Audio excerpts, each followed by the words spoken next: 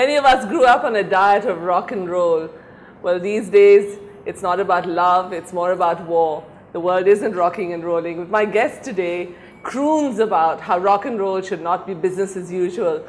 TM, welcome to 24/7. Hey, thank you very much, Tammy, for having me here.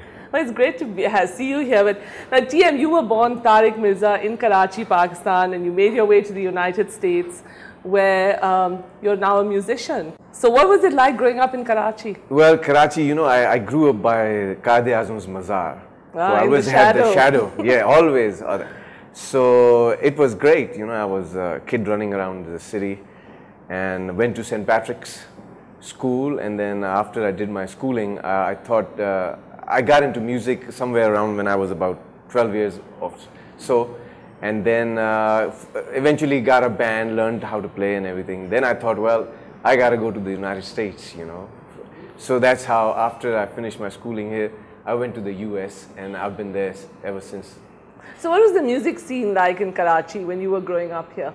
You know, there weren't, it wasn't at all like what it is right now. I'm very impressed with the Pakistan music scene, the way it's going right now. At that moment, there were only like a few bands here and there, some crazies like me who would get into a rock and roll band, and I formed one, which was Hilltoppers, which eventually became the 21st Century. Okay, that's cool.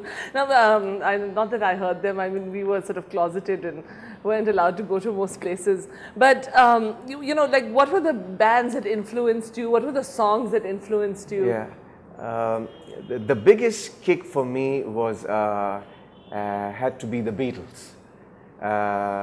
They, four guys, I mean, like, all of them were so inspiring, and I had to pick up the guitar. One of my cousins left behind a guitar for me. So I'm self-taught. So ever since then, and you've never taken lessons? No formal lessons? No formal guitar, lessons. Singing? Yeah, no. You know, I got thrown out of the choir. Oh, I have the world's worst voice. Well, at least you tried the choir. I never. I picked up the guitar, and one of the biggest inspiration for me was the Beatles, when I found out that they weren't trained musicians. And so I said, man, I gotta get that magic somehow, someday, you know. Yeah. So I'm still trying to get that. You're still trying, but yeah. I've heard you've got the magic. Oh, thanks. But TM, tell me, you know, what was it about the Beatles, other than the fact that they weren't trained musicians? What is it? Because that was, you know, that time, that era, yeah, they were great bands, they were great musicians. The 60s music in general, then obviously Beatles were leading it, but then the Rolling Stones and Bob Dylan and Jimi Hendrix, and each one of those guys and the people were really very genuine, very passionate people, musicians, songwriters. And it came through George Harrison and John Lennon, what they were trying to do, the peace movement, and they came to India and, you know, wanted to get to know Indian music and Pakistani stuff, you know. I wish one of these days I'll get to that level, you know, to at least sing and write songs, and so that's how it happened. Well, you sort of got there, but we'll come to that in a minute. But why did you pick on Western music? Why, you know, and I know you've gone into doing some Desi stuff now, but why Western music?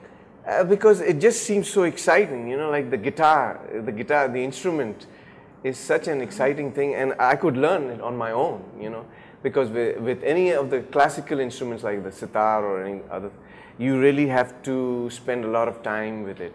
And I was not much interested in books, so I just started playing, and I just kept playing, you know, and I learned it on my own. So how long did you play in Karachi? The band actually was only there for about 2 years or so. Right. You know, when people started going off for their higher studies, and we were like teenagers, you know, 15, 16 years old, you know.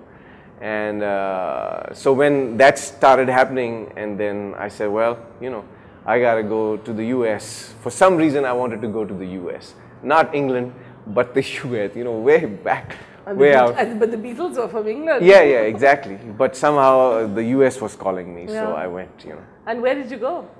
I went to, actually, first state was Michigan. Kalamazoo. You know, close, Grand Rapids.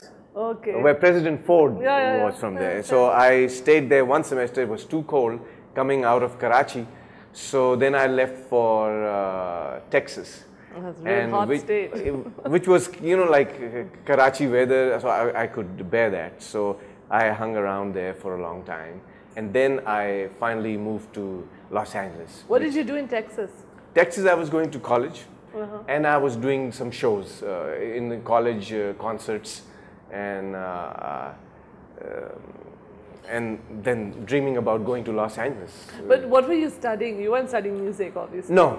I tried. I tried taking a piano lesson, but I could not do it.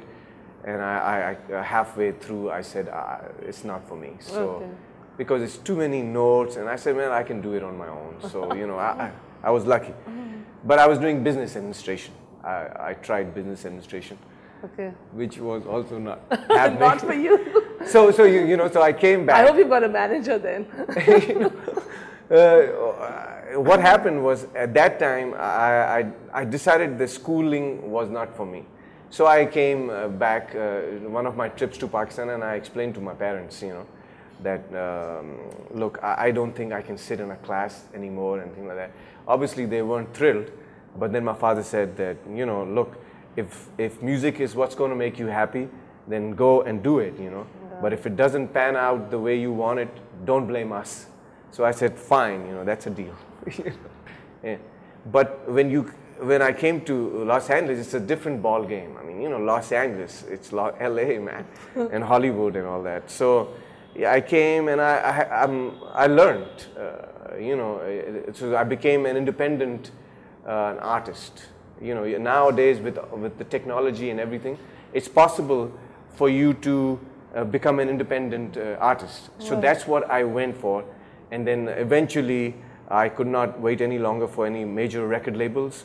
So I decided to make my own album, which is Chaotic. I decided to record, and in 2004 I found this guitar player by the name of Jeff Tyson. And no relation of Mike. No, but Jeff also boxes, you know. So Jeff, when I met Jeff, and I went to his studio to see what he could do and everything, and I just loved the way he played his guitar, and he was a very passionate musician, and so we clicked. In fact, the first thing we did was George Harrison had just passed away. So I was coming to Pakistan, and I was reading about George, and it was bringing me all these memories of how these people who were the ones that really kicked me, and then now George had passed away. So when I went back to LA, I met Jeff, and I said to him that, look, I wanted to start recording my album, but George has passed away, and I want to do a tribute to George Harrison. So I recorded George's song called Don't Bother Me, which was his first song on a Beatles album, with the Beatles it was on. So we recorded that, and I just loved the way Jeff started playing his guitar and everything. So then about 6 months after that, I started my album, work on my album, Chaotic. Okay. Now I've heard some of your songs and some of the improvisation you've done as well. I mean, I heard you the other day at this cafe. Yeah. And you're quite a good songwriter. Oh, thanks. So which songwriters have influenced you? Yeah, you know, again, it comes to Lennon McCartney, George Harrison, and then Bob Dylan. In fact, he's the only one that really scares me, you know, like. Dylan? Oh yeah, scares you? As a songwriter, you know. What do you mean scares you? Well, because look at his output. I mean, he's still writing such great stuff, you know. And Bob Dylan, there's a guy, country guy, Hank Williams. Okay. Loved his simplicity, you know. He taught me that to be simple songwriter, but be effective, you know. And so I learned a lot from him. So a lot of blues writers, blues songs, all of basically pop music in the 60s era people were great songwriters. Even the Urdu stuff that was happening in India and Pakistan during that time. You know, maybe I was listening to the Beatles and all the 60s stuff, Hendrix and all those people, but in the back, Muhammad Rafi and Kishore, and they were there, you know. Playing in your head. Yeah.